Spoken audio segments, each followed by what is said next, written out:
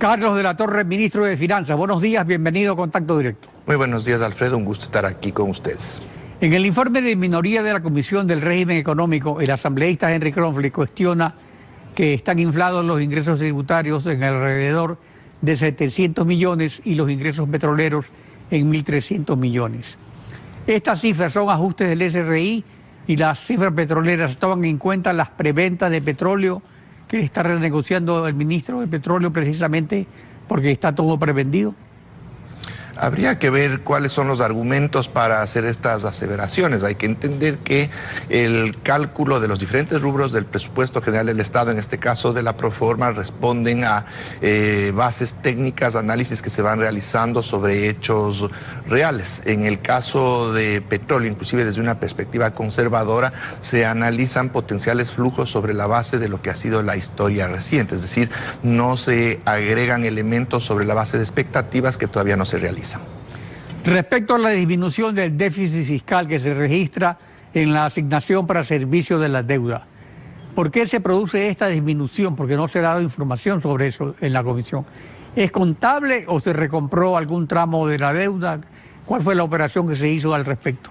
Bueno, hay que entender un poco cómo es que funciona un financiamiento. En este caso, hay que entender que los plazos en los que se establecen las diversas amortizaciones de todos los tramos que tiene la deuda pública son diversos y existen años en que se concentran algunos vencimientos, otros en que no, así que depende de los calendarios específicos de cada uno de los tramos y de cada uno de los compromisos. En el caso del año 2018, los vencimientos son diferentes en otros montos de los que fueron en 2017 y también la estructura de la deuda ha ido mejorando en los últimos meses y años, lo que implica que esos vencimientos corresponden a amortizaciones que son de menor valor que en años anteriores.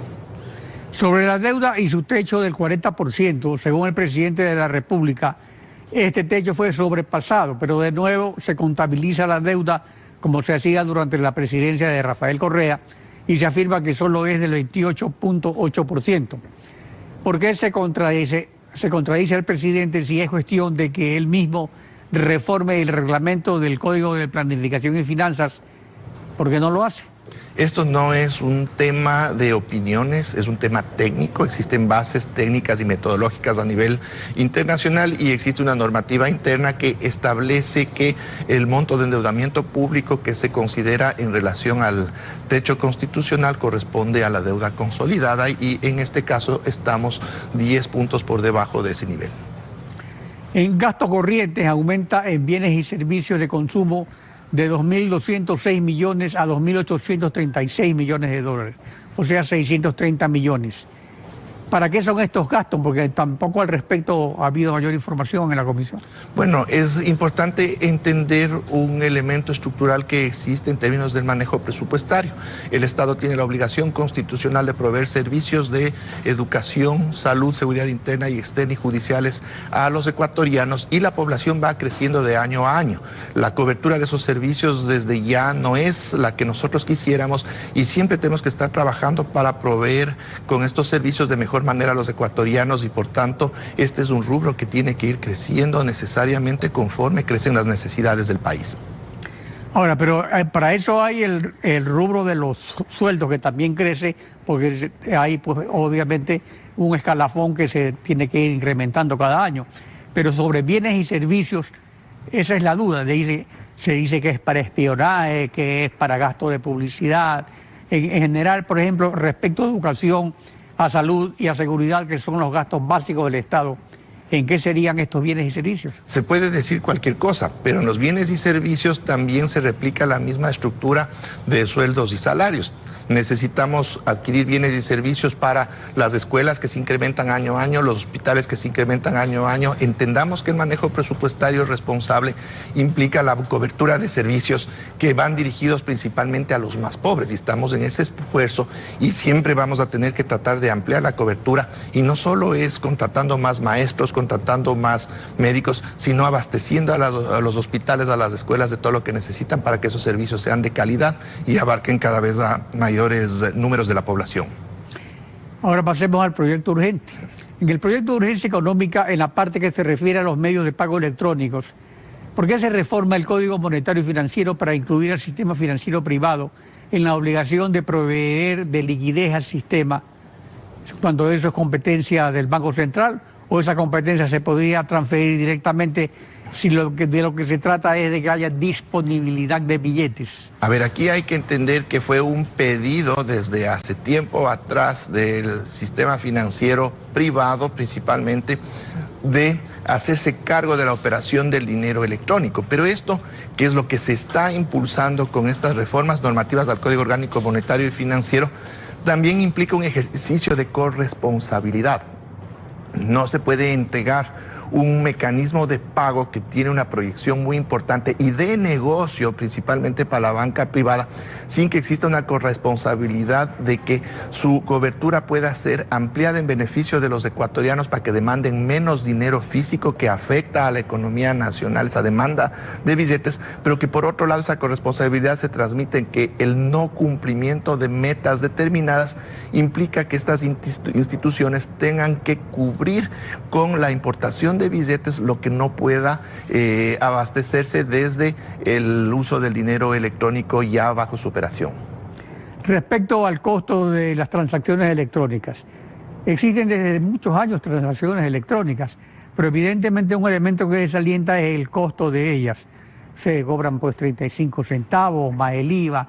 Se podría, si se quiere masificar el uso de los medios de pago electrónicos, ¿por qué, por ejemplo, no se establece que durante la primera etapa, para precisamente promoverlo, sea sin costo alguno, que su costo aparezca después del segundo año, y que además la rebajada del IVA sea más de un punto y que sea 2 o 3 puntos? Sí, se está trabajando en ello, pero hay que tener en cuenta que se tiene que manejar con equilibrios todos estos elementos, porque detrás también de todos estos servicios financieros asociados a cuentas corrientes, de libretas de ahorro, y en este caso a las cuentas básicas del dinero electrónico, implican costos de operación para las entidades financieras. Y si queremos también que estos mecanismos puedan ser masificados y expandirse, tienen que permitirles, si no una rentabilidad a las entidades financieras, no pueden generarles tampoco costos. Entonces, costos que no estén cubiertos de alguna manera. Entonces, tenemos que tener también esa sensibilidad, buscando a la vez que las tarifas sean lo más bajas posibles para que la población acceda y utilice estos medios de pago electrónicos como un buen sustituto del dinero físico. ¿Por qué en la ley no se asegura mediante una disposición legal, digamos, de que no use o no pueda usar en el futuro el gobierno, el Ministerio de Finanzas, el dinero electrónico para pago de proveedores y salarios? Eso sería como decirle al gobierno que no use las cuentas corrientes o libretas de ahorro de los servidores públicos para realizar el pago de la nómina. Hay que entender que el dinero electrónico no es un ente diferente de los dólares de los Estados Unidos. Es un medio de pago que funciona a partir de cuentas que son más simples que una libreta de ahorros o una cuenta corriente, y que serán manejados por entidades financieras del sector público y privado, y dejarán de estar operadas desde el Banco Central. En la actualidad, ¿qué porcentaje de los salarios, por ejemplo, se pagan mediante transferencias electrónicas, o qué porcentaje también a los proveedores se hace, qué porcentaje se hace con cheque y qué porcentaje se hace con dinero electrónico, por ejemplo? Casi la totalidad de la nómina del sector público y los pagos a proveedores se hace a través de cuentas en el Sistema Financiero Nacional. Finalmente, para cerrar, ¿por qué se considera necesario un impuesto al retiro del dinero depositado en una cuenta bancaria?